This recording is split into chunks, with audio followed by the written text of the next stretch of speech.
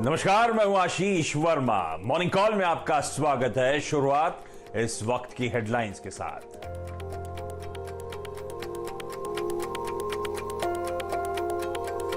Global बाजारों से अच्छे संकेत। अमेरिका के डाउ फ्यूचर्स ने लगाई डबल सेंचुरी। नए शिखर पर पहुंचा नैस्डैक। एशियाई बाजारों की भी अच्छी शुरुआत। एसजीएक्स निफ्टी 50 पॉइंट से ज्यादा ऊपर।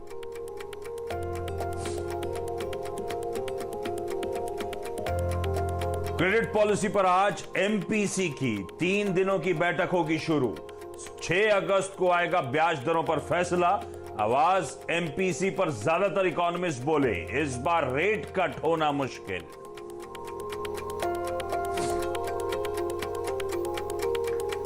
कई मिड कैप कंपनियों के नतीजों का बाजार को होगा इंतजार। Dixon Technologies, Godrej Consumer, PI Industries और टाटा कंज्यूमर जैसी कंपनियां पेश करेंगी पहली तिमाही के नतीजे।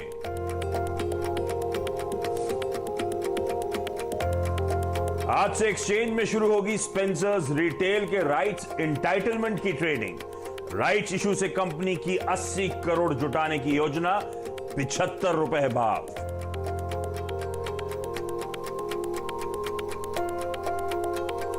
डिफेंस से जुड़ी कंपनियों पर आज होगी नजर। रक्षा मंत्रालय ने डिफेंस एक्विजिशन प्रोसीजर के नियमों को नोटिफाई किया। रक्षा उपकरणों के लिए आत्मनिर्भर बनने पर जोर। भारतीय हथियारों का एक्सपोर्ट बढ़ाने का भी लक्ष्य। देश में कोरोना की तेज रफ्तार। संक्रमित लोगों की संख्या 18 लाख के करीब। दुनिया में करीब 1.25 करोड़ लोगों को हुआ कोरोना। मुंबई में नई गाइडलाइंस जारी। 5 अगस्त से खुलेंगी सारी दुकानें और मॉल्स। शराब भी बिकेगी। थिएटर, फूड कोर्ट, रेस्तोरां खोलने पर अभी रोक।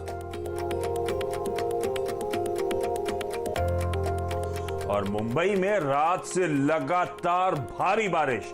कई निचले इलाकों में पानी भरा। दोपहर में हाई टाइड का भी अलर्ट।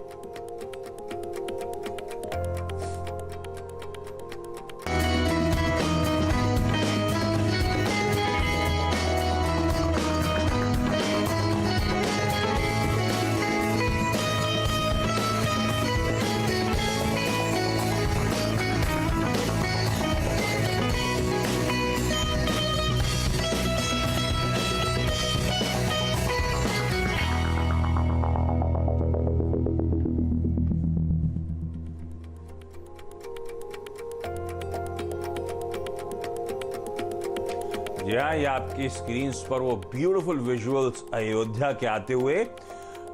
कल होना है भूमि पूजन, जिसके लिए प्रधानमंत्री खुद अयोध्या पहुंचते हुए नजर आएंगे। सीएनबीसी आवाज पर हमेशा की तरह डिटेल्ड कवरेज इसका आपको नजर आएगा। तो कोई भी बड़ा इवेंट हो, आपको जाना कहां है आपको पता है। महज 29 घंटे रह गए उस भूमि पूजन के शुभ मुहूर्त के लिए। तो बने रहिएगा हमारे साथ। आज भी दिन भर इसको रिलेटेड कवरेज सीएनबीसी आवाज पे कंटिन्यू करेगा। लेकिन शुरुआत आज मंगलवार की सुबह है और fingers crossed, literally fingers crossed है कि आज का दिन थोड़ा शुभ हो, मंगल हो, क्योंकि कल हफ्ते की जरा कमजोर लड़खड़ाती हुई शुरुआत हो गई। और एक्चुअली स्क्रीन देख के लगा दिक्कत भरी शुरुआत थी। तगड़ा प्रेशर 2% के दबाव के साथ हमने 0.25% के दबाव के साथ कामकाज होता हुआ देखा। और स्क्रीन देखिएगा तो दिन भर सस्टेन्ड सेलिंग का प्रेशर था। और फाइनली हमारे बाजार दिन के लोज के आसपास जाके बंद होते हुए नजर आए। और कल बैक टू बैक दरअसल चौथा ट्रेडिंग सेशन था जब कमजोरी के साथ, दबाव के साथ हमने कामकाज होता हुआ देखा। और 10,900 के नीचे जाके हमने मंडे की क्लोजिंग दर्ज करी है। तो कहीं ना कहीं गड़बड़ा तो रहा है मामला, इस तो फैक्ट है। लेकिन चलिए आज के क्यूज पर नजर डाल लीजिए। और क्यूज को लेकर दिक्कतें नहीं है। वैसे क्यूज कल सुबह भी अच्छे थे, ध्यान रखिए। हम लोग कह रहे थे वो बड़ी टेक्नोलॉजी रैली फ्राइडे को देखने को मिली थी। वो टेक्नोलॉजी शेयर्स की रैली यूएस मार्केट में कंटिन्यू होती हुई। और इनफैक्ट यूएस मार्केट जो मंडे का सेशन था वो आप लोग की स्क्रीन पर आएगा। आधे से लेकर 1.25% तक का उछाल यूएस मार्केट्स में देखने को मिला। ज्यादा तेजी नैस्डैक में थी 1.5% के आसपास, पर डाउ भी 3/4% बढ़त के साथ कामकाज करता हुआ नजर आया। तब और अब स्क्रीन पर आएगा। तब और अब में कुछ गड़बड़ है, मैं आपको बताता हूं। कल हम लोग क्लोज कर रहे थे मंडे को सेशन की 3:30 बजे के आसपास। उस समय डाउ फ्यूचर्स में 14 पॉइंट का दबाव दिखा रहे थे, यानी कि फ्लैटिश नोट पे शुरुआत होने के इंडिकेशंस थे। और दरअसल यूएस में डाउ भी 230-240 पॉइंट का उछाल दिखा रहा था। नैस्डैक की तो छोड़ी दीजिए, जहां पे 1.5% की तेजी देखने को मिली। आज सुबह डाउ फ्यूचर्स भी इंडिकेट कर रहे हैं कि फिर से 40-50 पॉइंट की और तेजी यूएस मार्केट्स में देखने को मिलेगी। तो यूएस मार्केट से एटलीस्ट इक्विटी मार्केट से संकेत को लेकर कोई कंसर्न्स नहीं। वहां पे जो मोमेंटम है, वहां पे जो रैली है, वो कंटिन्यू होती हुई नजर आएगी। अच्छा, इसका पॉजिटिव रब ऑफ आज अक्रॉस एशिया आपको नजर आएगा। ज्यादातर सारे एशियन मार्केट स्क्रीन पे लगाइए डॉक्टर साहब, जो खुले हैं, मजबूती के साथ कामकाज करते हैं। और हमारा एसजीएक्स निफ्टी भी दिखा रहा है कि कुछ बढ़त के साथ ट्रेड होगा। पर एक दिक्कत वाली बात, कुछ देर पहले आधे % के उछाल के इंडिकेशंस थे, अब 1/3% बढ़त के इंडिकेशंस दिखाता हुआ। तो ऑलमोस्ट 35-40 पॉइंट के आसपास उछाल के साथ हो सकता है भारतीय बाजारों में आज कामकाज की शुरुआत हो। खैर, अभी बहुत टाइम है, 9 बजे का प्री ओपन और 9:15 पे एक्चुअल सेशन, कंटिन्यूस सेशन की शुरुआत होने में। देखना होगा, नजर डालना होगा एशियन क्यूज पर। लेकिन एटलीस्ट शुरुआती टिक्स तो ये कहते हैं कुछ रिस्पाइट हो सकता है शुरुआती टिक्स में देखने को मिले हमारे भारतीय बाजारों में कल के सेल ऑफ के बाद, कल के पेन के बाद।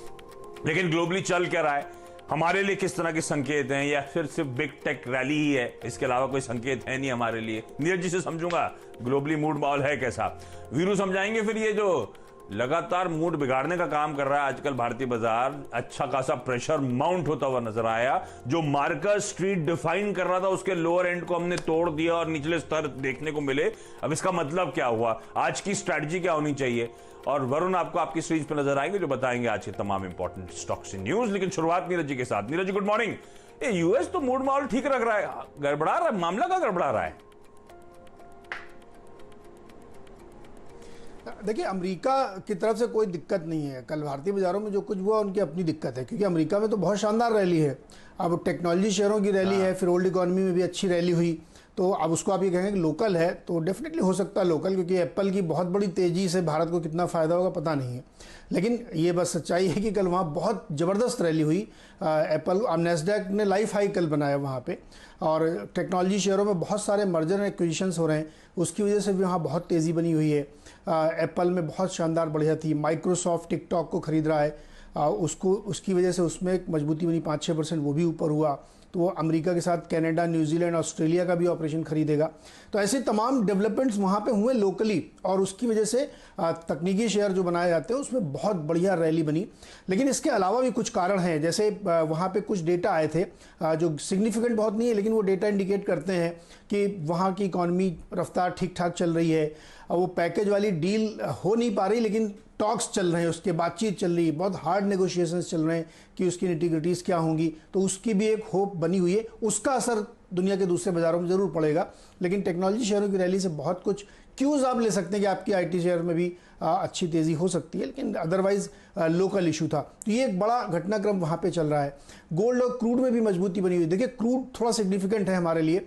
कल 2% का उछाल उसमें आया, 44 को पार निकल गया था वो। हालांकि इस समय अभी भी 43.5 के आसपास होगा। तेज़ी इसलिए बन रही है कि डिमांड का पुश तो उसमें लगातार बना हुआ है, बावजूद इसके कि अमेरिका में ग्लट है, अमेरिका में बहुत ज़्यादा इन्वेंट्री है, उसके बावजूद तेज़ी बनी हुई है। तो वो एक आप कह सकते हैं कि उसका क्यू आप यहाँ ले सकते हैं कि ऑयल की वजह से तेज़ी, और ऑयल की तेज़ी डिमांड की वजह से। तो मैं ये कहूँगा कि ग्लोबल मार्केट का क्यू ज़्यादातर वहाँ पे लोकल था। कोई ऐसा नहीं है कि इंटरनेशनली उसका बहुत इंपैक्ट पड़े, लेकिन बहुत पॉजिटिव सेंटीमेंट वहाँ पे है, इसमें कोई दो राय नहीं। तो अगर वहाँ के पॉजिटिव सेंटीमेंट से यहाँ पे तेज़ी बनती है तो बन सकती है। लेकिन टेक्नोलॉजी शेयरों में वहाँ पे अनस्टॉपेबल रैली है। $2 ट्रिलियन का मार्केट कैप हो चुका है। गजब का मोमेंटम। हाँ, हमारे अपने ओन सेट ऑफ वरीज हैं, थोड़ा सा प्रॉफिट टेकिंग देखने को मिल रही है, इसलिए Indian equity markets under perform करते हुए नजर आएंगे आपको ग्लोबल लैंडस्केप में। लेकिन यूएस से अच्छे संकेत, टेक्नोलॉजी शेयर्स डिलीवर कर रहे हैं और तेजी और तूल पकड़ रही है। अच्छा, इस बीच आपको याद होगा कोरोना वायरस का स्टिमुलस पैकेज यूएस में एक्सपेक्टेड था। मैं वही टटोल रहा था, मंडे को कहा गया था कि पास हो जाएगा, बिल को प्रेजेंट करा जाएगा। तो मैंने ऐसे पढ़ने की कोशिश करी चल क्या रहा है। तो जो यूएस का कोरोना वायरस स्टिमुलस पैकेज है उसमें $1200 के चेक्स की तो एग्रीमेंट हो चुका है।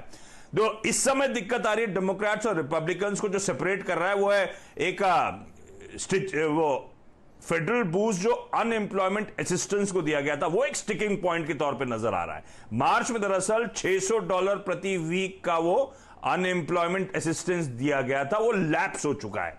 अब व्हाइट हाउस चाहता है कि $600 को अब $200 प्रति वीक कर दिया जाए, और डेमोक्रेट्स अभी भी $600 पे स्टिक कर रहे हैं, और इसीलिए वो मतभेद चल रहा है। तो मैं ऐसी प्रोग्रेस ढूंढ रहा था इस बिल की कहां है। तो कुछ चीजों में सहमति बन चुकी है, कुछ चीजें अभी अटकी हुई हैं, इसलिए अब तक वो इंतजार ही है वो mega massive corona virus related stimulus package का।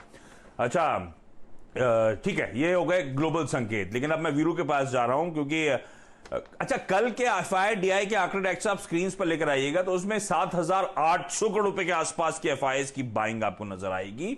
पर उसमें आपको याद होगा कल 10,500 करोड़ रुपए के आसपास जो बंधन बैंक में प्रोमोटर्स ने अपना माल छोड़ा था, उसमें FIIs की तरफ से तगड़ी खरीदारी हुई है।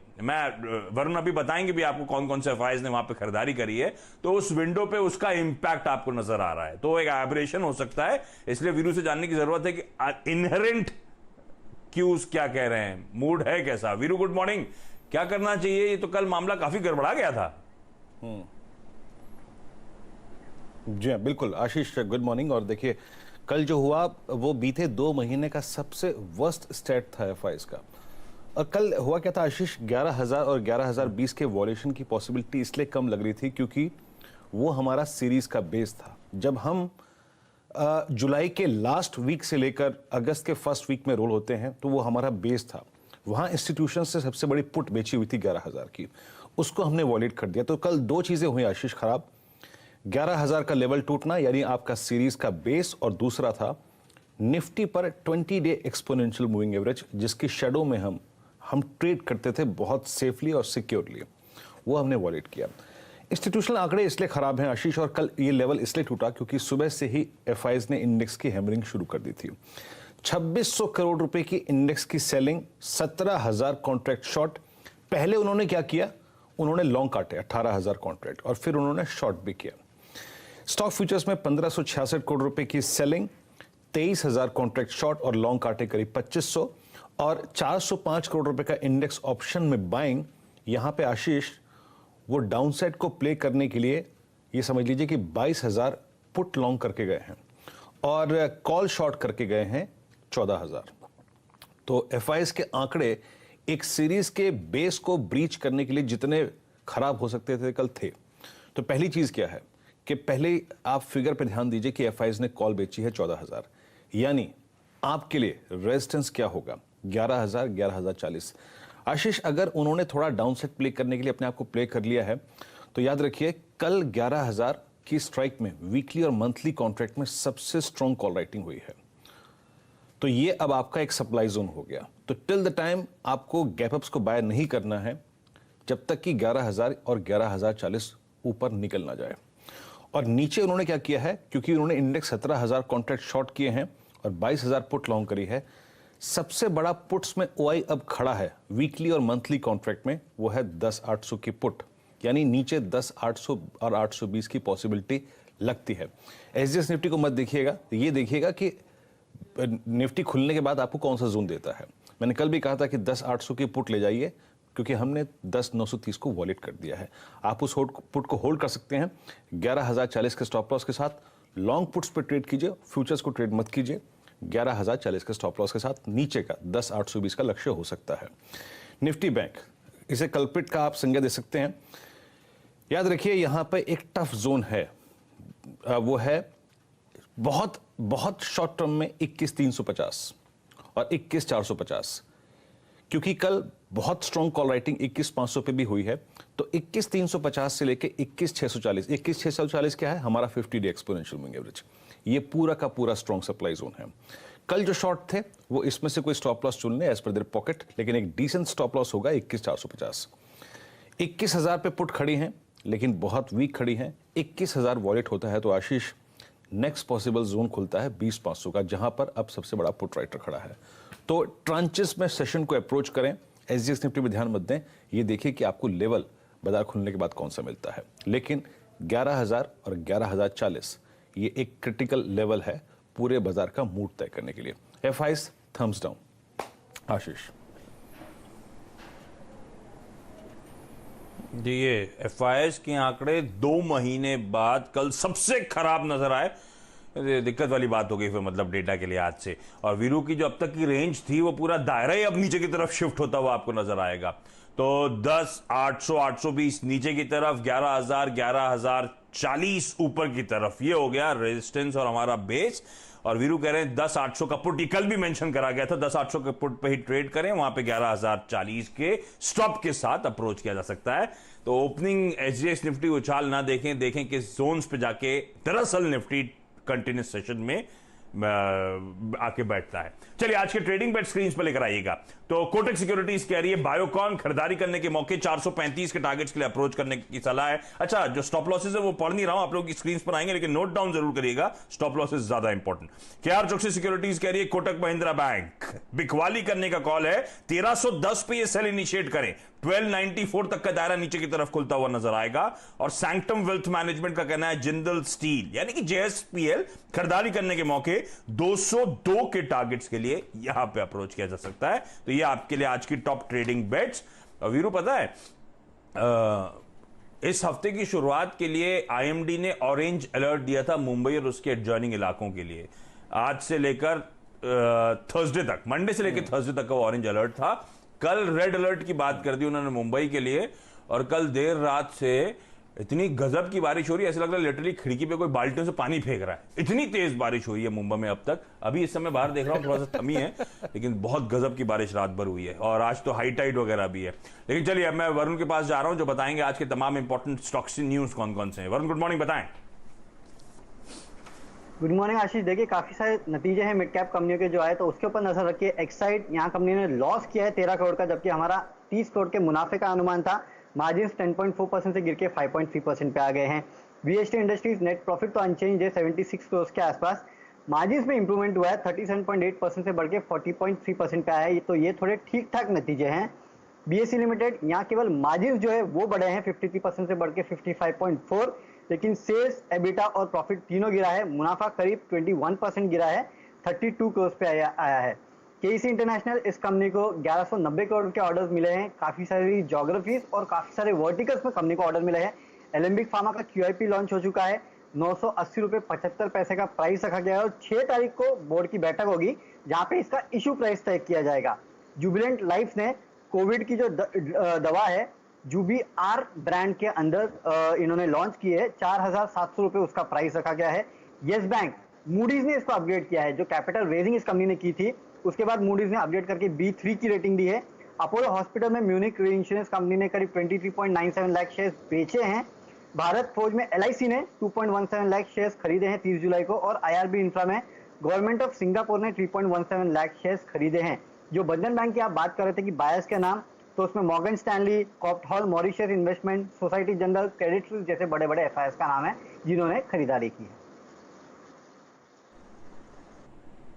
तो ये तमाम वो स्टॉक्स हैं जो आपके रडार पर रहने चाहिए। हेडलाइन में मैंने कहा था कि डिफेंस एक्विजिशन प्रोसीजर के नियमों को नोटिफाई कर दिया गया है, तो डिफेंस स्टॉक्स आज फिर फोकस में रहेंगे। लंबी लिस्ट है, वो ट्वीट कर दूंगा मैं आप लोगों के लिए। अच्छा, साथ साथ ध्यान रखें, कल का अपडेट में पढ़ रहा था, भारत जो है लद्दाख में अपना डिप्लॉयमेंट वापस बढ़ा रहा है, और ये हो रहा है 5 राउंड हो चुके हैं, ध्यान रखें, बॉर्डर वार्ता के, बॉर्डर टॉक्स के। उसके बाद डिप्लॉयमेंट बढ़ाया जा रहा है और अब आर्मर्ड रेजिमेंट्स वहां पर डिप्लॉय की जा रही हैं। तो स्थिति अभी भी नाजुक बनी हुई है, इस बात का ध्यान रखिएगा। तो जिसके चलते डिफेंस स्टॉक्स फोकस में आए थे, और अब तो ये प्रोसीजर की बात जो कर रही है सरकार, वो नोटिफाई कर दिया गया, उसके चलते और डिफेंस स्टॉक्स रडार पर रखिएगा। क्विकली यहां पे एक छोटा सा ब्रेक के उस पर आज का इवेंट्स कैलेंडर, और उसमें भी खास तौर पे क्रेडिट पॉलिसी से क्या एंटिसिपेटेड है उसकी झलक दूंगा आपको। ब्रेक के बाद आपका स्वागत है, और इंपॉर्टेंट दिन है आज का। एक तो रिजल्ट्स, हेवी डे, और कई सारे इंपॉर्टेंट मिड कैप्स के खासतौर पे नंबर्स आएंगे। अच्छा, आज नंबर्स आने Godrej Consumer, Dixon Technologies, PI Industries, Tata Consumer Products, Varun Beverages, Gujarat Gas, SPARC जैसी कंपनीज के। स्पेंसर्स रिटेल के राइट्स इशू की आज से शुरुआत होगी, तो राइट्स एंटाइटलमेंट वाले RE शेयर्स जो हैं उसकी खरीद फरोख्त यानी कि ट्रेडिंग की शुरुआत होती हुई नजर आएगी। और सबसे इंपॉर्टेंट, RBI की 3 दिनों की मॉनेटरी पॉलिसी कमेटी यानी कि MPC की बैठक आज से शुरू हो रही है। आज शुरू होगी, थर्सडे को कल्मिनेट होगी, और थर्सडे को क्रेडिट पॉलिसी हमारे सामने आएगी। तो हमने कल CNBC आवाज पे तमाम बैंकर्स, इकोनॉमिस्ट और कुछ दिग्गज ब्रोकरेजेस के बीच में एक पोल कराया था। तो जानने के लिए कि क्या इस बार दरों में कटौती एक्सपेक्टेड है, हमने सवाल पूछा था क्या स्टेटस को रहेगा, अनचेंज रहेगा, रेट कट होगा या रेट हाइक हो जाएगा। विकल्प सारे देने होते हैं। 66%, 2/3 कह रहे हैं कि इस बार दरों में कोई छेड़छाड़ नहीं होगा।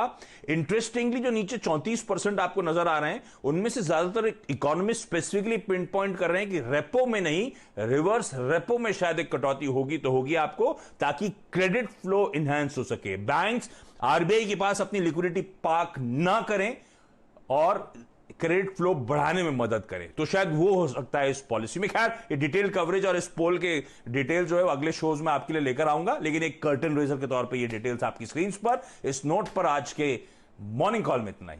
नमस्कार।